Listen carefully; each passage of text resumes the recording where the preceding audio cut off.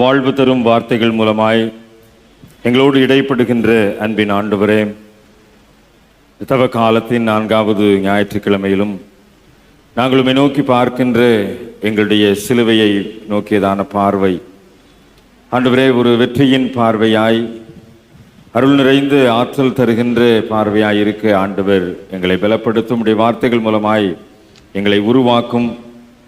உம்முடைய திருவருட்பிரசன்னம் எங்களோடு கூட தங்கி இருக்கின்றதை நாங்கள் புரிந்து கொள்ளுகின்ற ஞான இருதயத்தை இந்த அருளுரை வேளையிலே எங்களுக்கு தாரும்.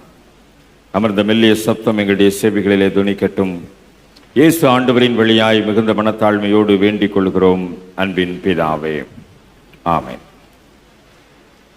ஆண்டவர் இயேசுவில் அன்பார்ந்த இறை மக்களே, சிலுவையின் வழியாக இன்றும் நம்மோடு கூட வாழ்ந்து கொண்டிருக்கின்ற சிலுவை நாதராம் இயேசு கிறிஸ்துவினுடைய ஈடு இணையற்ற திருப்பெயரிலே மறுபடியுமாய் இந்த திருவிருந்த வழிபாட்டிலே பங்கு பெறுகின்ற உங்களை வாழ்த்துகின்றேன். பிதாவாக்கிய கடவுளிடமிருந்தும் அவருடைய திருக்குமாரனாம் இயேசு கிறிஸ்துவிடமிருந்தும் நம்மை ஆற்றல் படுத்தி நம்மை பலப்படுத்தி வழிநடத்துகின்ற தூய ஆவியரிடத்திடமிருந்தும் அருளும் அமைதியும் ஆற்றலும் நம் அனைவரையும் ஆளுகை செய்வதாக. விடுதலையாளராக அல்லது விடுவித்து வாழ்வதற்காக ஆண்டவர் நமக்கு ஒரு அழைப்பை கொடுத்திருக்கின்றார். Call to be liberate. நாம் படிக்க கேட்ட 3 திருமறை பகுதிகளும் இந்த அழைப்பை நமக்கு உறுதிப்படுத்துகின்ற வகையிலே இந்த நாளின் தியானத்தை நமக்கு அமைப்பதற்கு துணை செய்கின்றது. நாம் படிக்க கேட்ட எசாயா இறைவாக்கினருடைய நூலின் முதல் அத்தியாயத்திலேயே ஒரு எச்சரிப்பின் செய்தியோடு கூட இந்த ஏசாயாவினுடைய தீர்க்க தரிசன உரைகள் அமைந்திருக்கின்றதை நாம் இங்கே புரிந்து கொள்ளுகின்றோம்.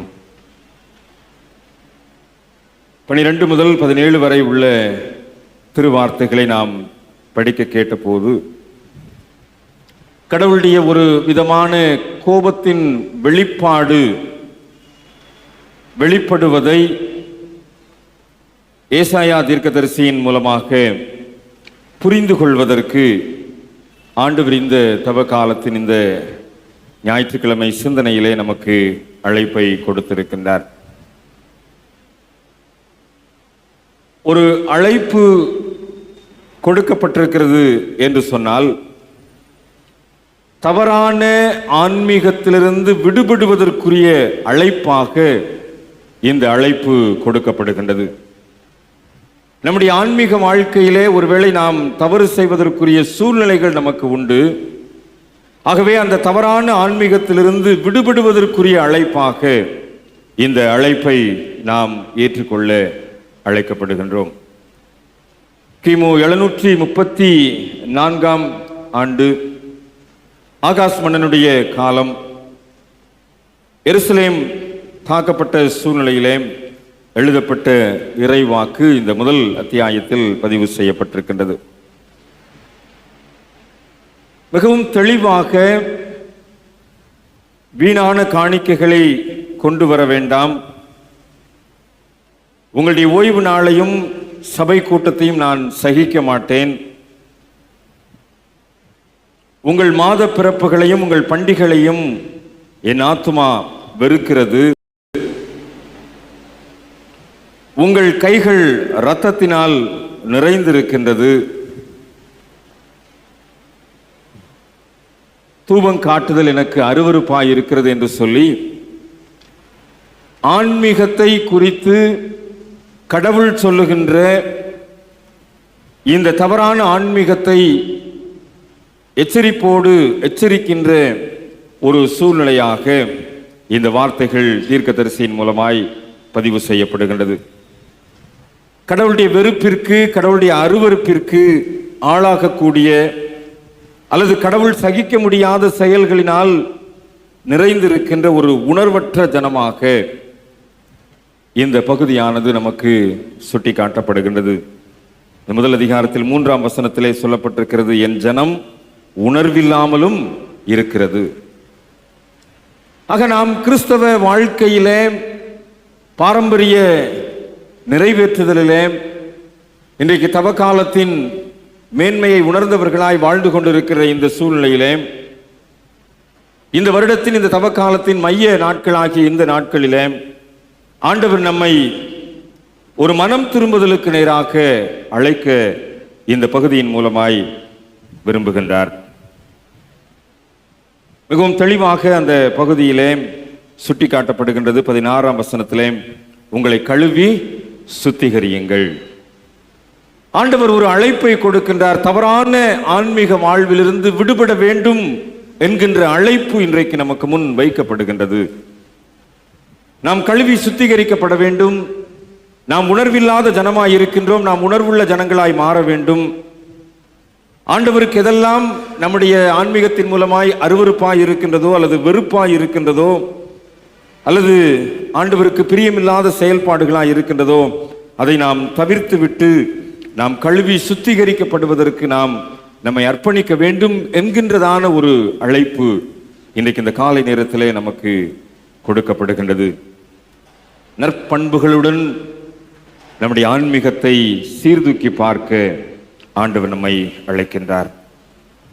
19ஆம் வசனத்திலே தெளிவாக சொல்லப்பட்டிருக்கிறது, நீங்கள் மனம் பொருந்தி செவி கொடுத்தால் தேசத்தின் நன்மையை புசிப்பீர்கள், மாட்டோம் என்று எதிர்த்து நிற்பீர்கள் ஆகில் பட்டயத்துக்கு இரையாவீர்கள், கர்த்தரின் வாய் இதை சொல்லிற்று.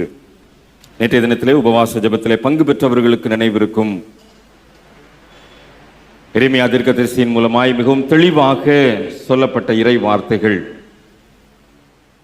எப்படியெல்லாம் ஆண்டவர் நம்மை சீர்தூக்க விரும்புகின்றார், எப்படியெல்லாம் நம்மை மறுபடியும் கட்டுவிக்க விரும்புகின்றார் என்பதை பற்றி தெளிவாக சொல்லி, இந்த ஆசீர்வாதத்தை பெற வேண்டும் என்று சொன்னால் இந்த நிபந்தனையோடு கூட பெற வேண்டும் என்று சொல்லி நியாயாதிபதிகளின் புஸ்தகத்திலே சொல்லப்பட்ட நிபந்தனைகளை முன்வைத்து நேற்றைய தினத்தில் உபவாச ஜெபத்திலே நாம் சிந்தித்த சிந்தனைகள் ஒருவேளை வந்தவர்களுக்கு நினைவிருக்கும்.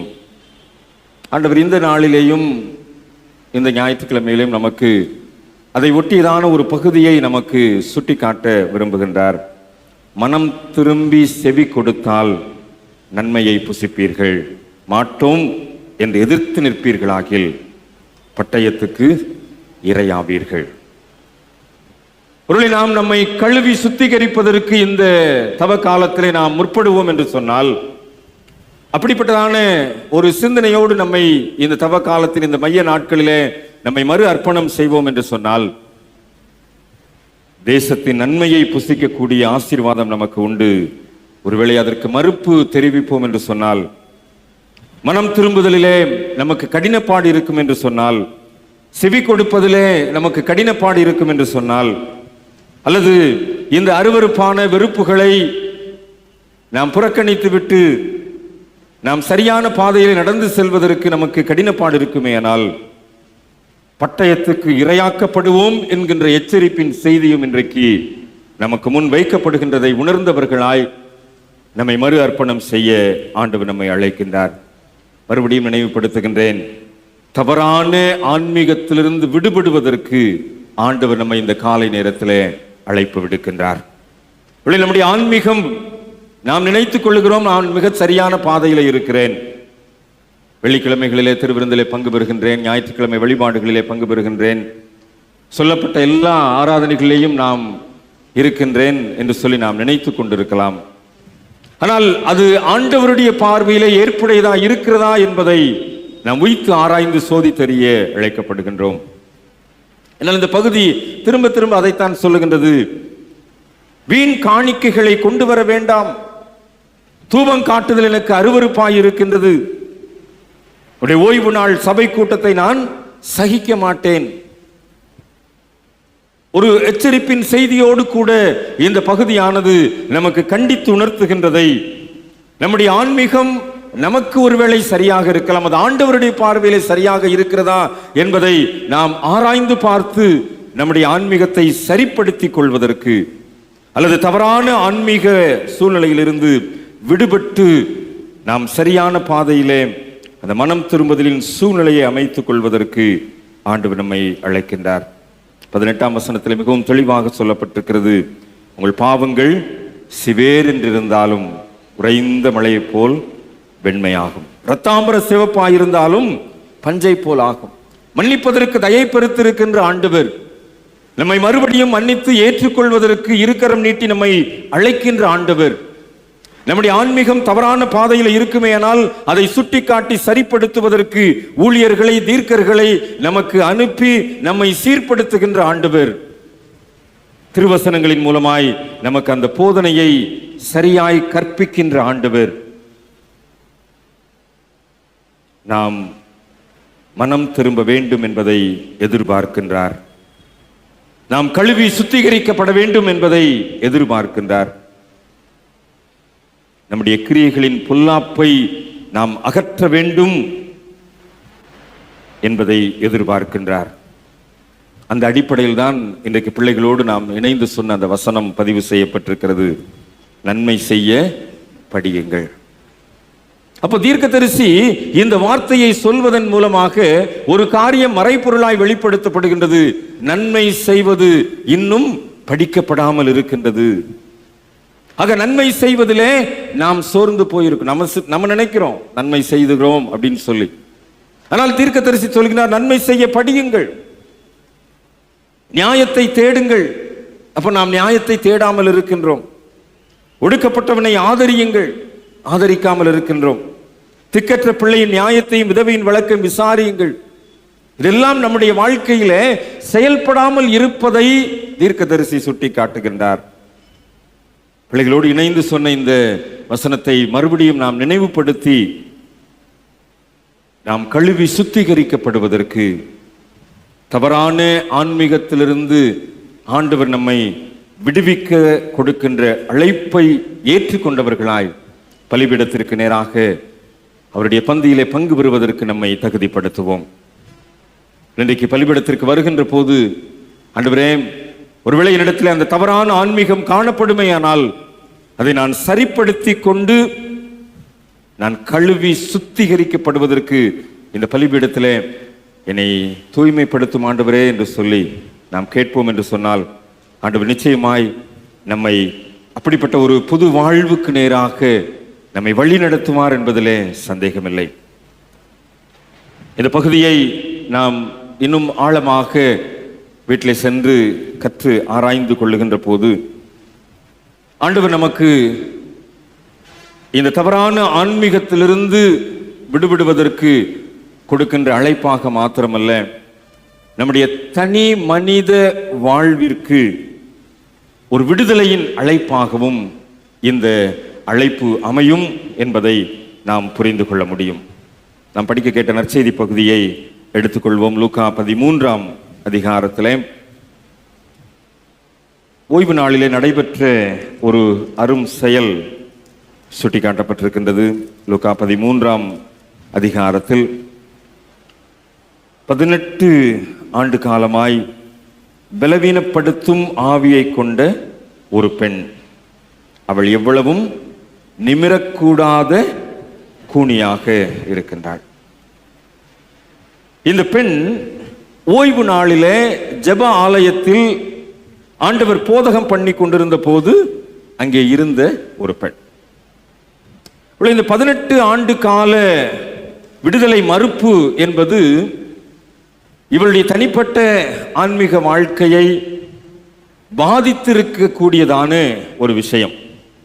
நிமிர்ந்து பார்த்து இறைவனை தொழுவதற்குரிய வாய்ப்பு மறுக்கப்பட்ட ஒரு பெண், கூனி குறுகி போய் இறைவனை வேண்டுதல் செய்வதற்கு அந்த ஜெபாலயத்திலே அமர்ந்திருக்கின்ற ஒரு பெண்.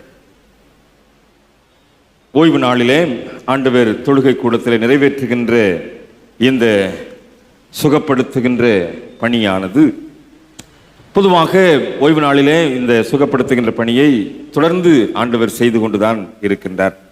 என்றால் அவரை பொறுத்த வகையிலே ஓய்வு நாள் மனிதனுடைய விடுதலைக்குரிய நாளாக, அன்றைக்கு இருந்த யூத பாரம்பரிய சட்டத்தின்படி அந்த சட்டத்தை மீறி ஆண்டவர் ஓய்வு நாள் மனிதனுடைய தனி மனிதனுடைய வாழ்வின் விடுதலைக்குரியது என்பதை நினைவுபடுத்துகின்றார். பலிகளை பொறுத்து, சடங்குகளை செய்வதை விட்டு சிறந்தது ஒரு விடுதலை பணி என்பதை இந்த நற்செய்தி பகுதியிலே அதிகமாக தெளிவுபடுத்துகின்றதை நாம் பார்க்க முடியும். குறிப்பாக இந்த பகுதியானது லூக்கா நற்செய்தி நூல் ஆசிரியர் மாத்திரம் பதிவு செய்திருக்கின்றார். இதை குணமாக்குகின்ற பணியை இந்த பகுதியிலேயும் 14ஆம் அதிகாரத்தில் இருக்கின்ற முதல் 6 வசனங்களில் இருக்கின்ற ஒரு விடுதலை பணியையும் ஆண்டவர் செய்ததை லூக்கா நற்செய்தி நூல் ஆசிரியர் சொல்லியிருக்கின்றார். ஆக ஓய்வு நாளில் குணமாக்குகின்ற இந்த பணியை பொறுத்த வகையிலே நாம் இந்த நற்செய்தி வாசகங்களை படித்து பார்க்கின்ற போது ஆண்டவர் இயேசு தாமே சென்று அவர்களை குணப்படுத்துகின்ற ஒரு பணியைத்தான் மேற்கொண்டிருக்கின்றார். அதாவது அவங்க வந்து சுகம் பெறுவதை காட்டிலும் இவர் சென்று நோயுற்றவர்களை சுகப்படுத்துகின்ற ஒரு பணியைத்தான் ஓய்வு நாளிலே பொதுவாக ஆண்டவர் இயேசு கிறிஸ்து செய்திருக்கின்றார். 10ஆம் வசனத்திலே பார்க்கின்றோம். 13ஆம் அதிகாரம் 10ஆம் வசனத்திலே அவர் ஜெப ஆலயத்தில் போதகம் பண்ணி கொண்டிருந்தார். ஒரு கற்பிக்கின்ற பணியை, போதிக்கின்ற பணியை மேற்கொண்டிருக்கிறார். அப்பொழுது இந்த பெண் அங்கே அமர்ந்திருக்கக்கூடிய ஒரு சூழ்நிலையை பார்த்துத்தான் அவருக்கு அந்த விடுதலையின் செயல்பாட்டை ஆண்டவர் நிறைவேற்றுகின்றார்.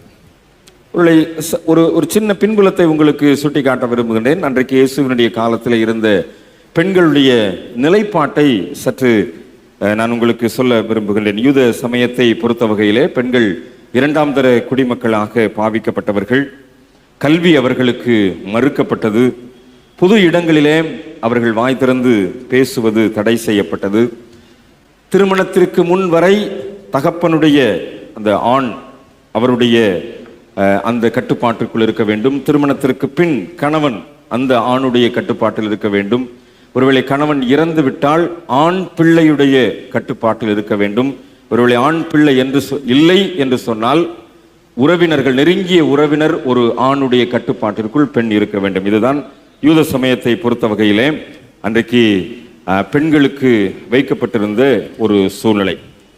குடும்ப சூழ்நிலை இப்படி ஒரு புறம் என்று சொன்னால், மறுபுறம் தொழுகை கூடங்களிலே அவர்கள் இடம் மாறி அமர்வது கூட குற்றமாகத்தான் கருதப்பட்டது. சமய சட்டங்களை தெளிவாக கடைபிடிக்கின்ற ஒரு நிலைப்பாடு. நீதிமன்றங்களிலே கூட இவர்கள் வழக்காடுவதற்கோ அல்லது சாட்சி சொல்வதற்கோ கூட பெண்களுக்கு வாய்ப்பு கிடையாது. அப்படிப்பட்ட நிலைமையிலே ஒரு உடல் ஊனமுற்ற ஒரு பெண், இவருக்கு தீய ஆவியினுடைய அடையாளம் கொடுக்கப்பட்ட சூழ்நிலை தான் பீடத்தை நிமிர்ந்து பார்க்க கூட முடியாமல் குனிந்து கொண்டே இறைவனை வேண்டிக் கொண்டிருக்கின்ற ஒரு நிலைமை. 11ஆம் வசனத்திலே கடைசியில் எப்படித்தான் சொல்லப்பட்டிருக்கிறது, எவ்வளவும் நிமிரக்கூடாத கூனியாயிருந்தாள். ஆண்டவர் போதகம் பண்ணி கொண்டிருக்கிறார். அந்த பெண்ணை பார்க்கின்றார். குனிந்து இறைவனை வேண்டிக் கொண்டிருக்கின்ற அந்த பெண்ணை அழைக்கின்றார். இந்த அழைப்பு தான் தனி மனித விடுதலைக்காக ஆண்டவர் செயல்படுத்தின ஒரு செயல்பாட்டின் அழைப்பு. அந்த பெண்ணை தன்னிடத்திலே அழைத்து, நீ உன் பலவீனத்தினின்று விடுதலை ஆக்கப்பட்டாய் என்ற வார்த்தைகளை சொல்லி அவள் மீது தன்னுடைய கைகளை வைத்தார். அந்த கைகள் வைக்கப்பட்டவுடனே அவள் நிமிர்ந்து நின்றாள். ஆலயத்திற்குள் நுழைகின்ற போது கூனி குறுகி போய் நுழைந்த ஒரு அனுபவம். அவளுக்குரிய இடத்திலே அமர்ந்து பீடத்தை நோக்க முடியாமல் குறுகி போய் அவள் இறைவனை வேண்டிக் கொண்டிருந்த அனுபவம். ஆனால் இப்பொழுது ஆண்டவருடைய அழைப்பு இவளுக்கு ஒரு விடுதலையை கொடுக்கின்றது. அந்த விடுதலையானது அவளுடைய வாழ்க்கையில நிமிர்ந்து நிற்கச் செய்கின்ற ஒரு விடுதலையின் சூழ்நிலையாய் மாற்றமடைகின்றது. இந்த விடுதலையை பெற்றுக்கொள்ளுகின்ற போது அந்த விடுதலையின் மூலமாக ஆண்டவருடைய திருப்பெயர் அங்கே மாட்சிமை அடைகின்றது. அந்த இடத்துல இருந்த ஜெப ஆலய தலைவன் கோபம் அடைகின்றான். இது ஓய்வு நாளிலே செய்யக்கூடாத ஒரு செயல் என்று சொல்லி.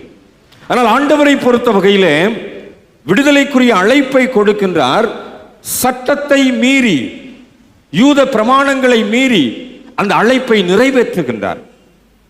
அவருக்கு தெரியும், அவர் ஒரு யூத பாரம்பரியத்திலே நியாயப்பிரமாணத்தின் தீர்க்க தரிசனங்களையும் கற்றுக்கொண்டவராய், சனகரிம் சங்க பள்ளிக்கூடத்திலே அந்த யூத நியாயப்பிரமாணத்தின் அனைத்து தகவல்களையும் ஏற்றுக்கொண்டவராய் அவர் வளர்ந்தவர்.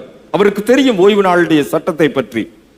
ஆனால் கூனி குறுகி போயிருக்கின்ற ஒரு பெண், இவள் விடுதலை செய்யப்பட வேண்டும் என்பதை அவர் அந்த ஓய்வு நாளிலே அரங்கேற்றம் செய்கின்றார். அந்த ஜெப ஆலயத்திலே அவள் நிமிர்ந்து நிற்கின்றாள். ஆண்டவருடைய நாமம் மகிமைப்படுகின்றது. ஒருவேளை சுற்றி இருப்பவர்களை குறித்து ஆண்டவர் கவலைப்படவில்லை.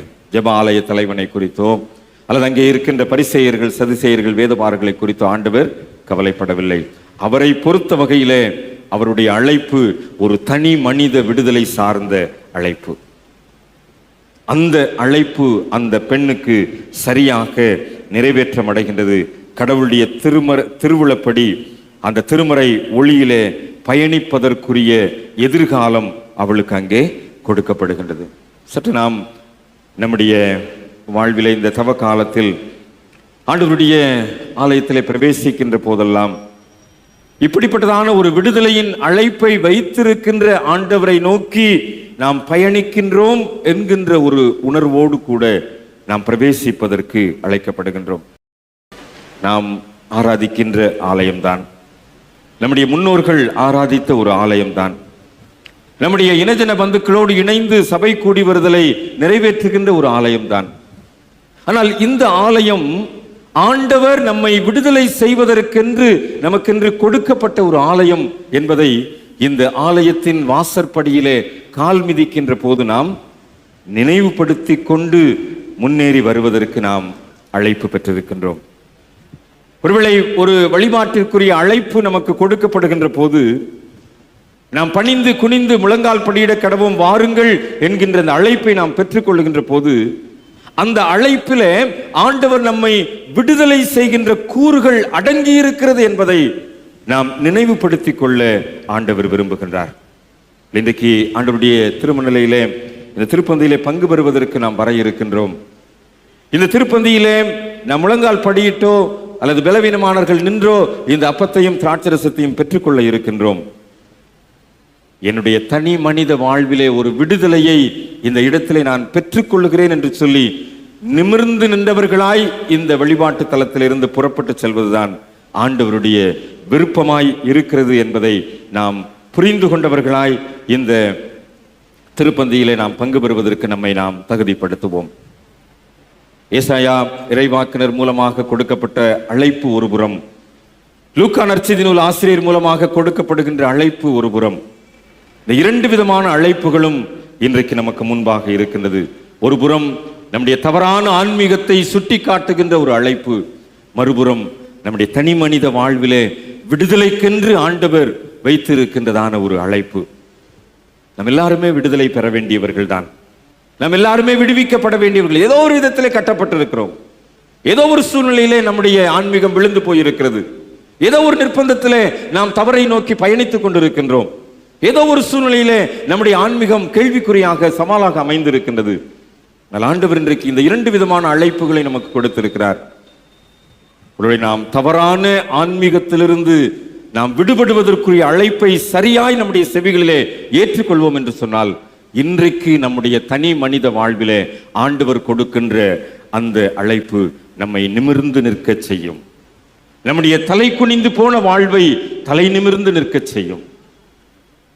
சங்கீதக்காரன் அதைத்தான் சொல்லுகிறான், தலையை எண்ணெயால் அபிஷேகம் பண்ணி பாத்திரம் நிரம்பி வழிய செய்கிறார். யாருக்கு முன்னாடி? சத்துருக்களுக்கு முன்பதாக. தலை நிமிர்ந்து நிற்கக்கூடிய ஒரு வாழ்வு. நாம் அப்படி தலை நிமிர்ந்து நிற்க வேண்டும் என்று சொன்னால், அப்படி தலை நிமிர்ந்து நிற்கின்றவர்களாய் நாம் புறப்பட்டு செல்ல வேண்டும் என்று சொன்னால், நம்முடைய தவறான ஆன்மீகத்தை சரிப்படுத்தி கொள்ள ஆண்டவர் இன்றைக்கு நம்மை அழைக்கின்றார். நம்முடைய பொருளாதாரத்திலே ஒருவேளை தலை குனிந்து போயிருக்கலாம், நம்முடைய வேலை ஸ்தலத்திலே ஒருவேளை தலை குனிந்து போயிருக்கலாம், நம்முடைய சமுதாய பணிகளிலே ஒருவேளை தலைக்குனிவு நமக்கு ஏற்பட்டிருக்கலாம். ஏதோ ஒரு இடத்திலே நமக்கு தலைக்குனிவு என்பது நமக்கு ஏற்பட்டிருக்கலாம். ஆனால் ஆண்டவர் இன்றைக்கு நமக்கு திட்டமாய் தெளிவாய் தீர்க்கதரிசியின் மூலமாய் சொல்லுகின்றார். இந்த தவ காலத்திலே சிலுவையை நோக்கி பார்க்கின்ற நாட்களிலே தவறான ஆன்மீக உணர்வுகள் நம்மிடத்தில் இருக்குமே ஆனால், பாரம்பரியத்தை நிறைவேற்றிவிட்டேன், என்னுடைய வாழ்க்கையில நாம் ஒரு முழுமையை பெற்றுக்கொண்டு விட்டேன் என்று சொல்லி தவறான ஆன்மீகத்திலே நான் வாழ்ந்து கொண்டிருப்பேனே ஆனால், என்னை நான் சரிப்படுத்திக் கொள்ள ஆண்டவர் என்னை அழைக்கின்றார். அந்த அழைப்பை நான் முழுமைப்படுத்திக் கொள்ளுகின்ற போது என்னுடைய தலை குனிந்து போன வாழ்வை, என்னுடைய வெட்கப்பட்டு போன வாழ்வை, என்னுடைய சீர்கெட்ட போன வாழ்வை, எவ்வளவும் நிமிரக்கூடாத ஒரு வாழ்வை ஆண்டவர் நிமிரச் செய்வார் என்பதிலே சந்தேகமில்லை. அப்படிப்பட்ட அழைப்பை உள் உணர்ந்தவர்களாய் பலிபீடத்திற்கு நேராக கடந்து வருவோம். ஆண்டவர் நம்மையும் தலை நிமிர்ந்து அந்த பெண் அந்த ஜெபாலயத்திலிருந்து புறப்பட்டு சென்றதை போல நம்மையும் அப்படிப்பட்ட ஆசீர்வாதத்தோடு வழி நடத்துவதற்கு ஆற்றலுள்ளவர் என்கின்ற புரிந்து கொள்ளுதலோடு இந்த இரண்டு விதமான அழைப்புகளையும் மறுபடியும் நம்முடைய உள்ளுணர்விலே ஏற்றுக்கொண்டவர்களாய் பலிபீடத்திற்கு நேராக வருவோம். ஆண்டவர் நம்மை ஆற்றல் படுத்தி திருவிருந்தின் மூலமாக முழுமைப்படுத்துவாராக. தலைகளை தாழ்த்தி ஜெபம் செய்வோம். கிருபை இரக்கம் நிறைந்த நல்ல தகப்பனே, பலிபீடத்தில் எங்களை அர்ப்பணிக்கின்ற போது ஒருவேளை எங்களிடத்திலே தவறான ஆன்மீக கோட்பாடுகள் இருக்குமே ஆனால் அதை சரிப்படுத்திக் கொள்ள உதவி செய்யும் சுவாமி. ஆண்டவரே, எங்களுடைய ஆன்மீகம் தான் சரி என்று சொல்லி பல நேரத்தில் நாங்கள் தவறாக மாறுதட்டி கொண்டிருக்கிறோம். சுட்டி காட்டி இருக்கிறீர், மனம் திரும்ப அழைப்பு கொடுத்திருக்கிறீர், கழுவி சுத்திகரிக்கப்பட வேண்டும் என்று சொல்லி இருக்கின்றீர்.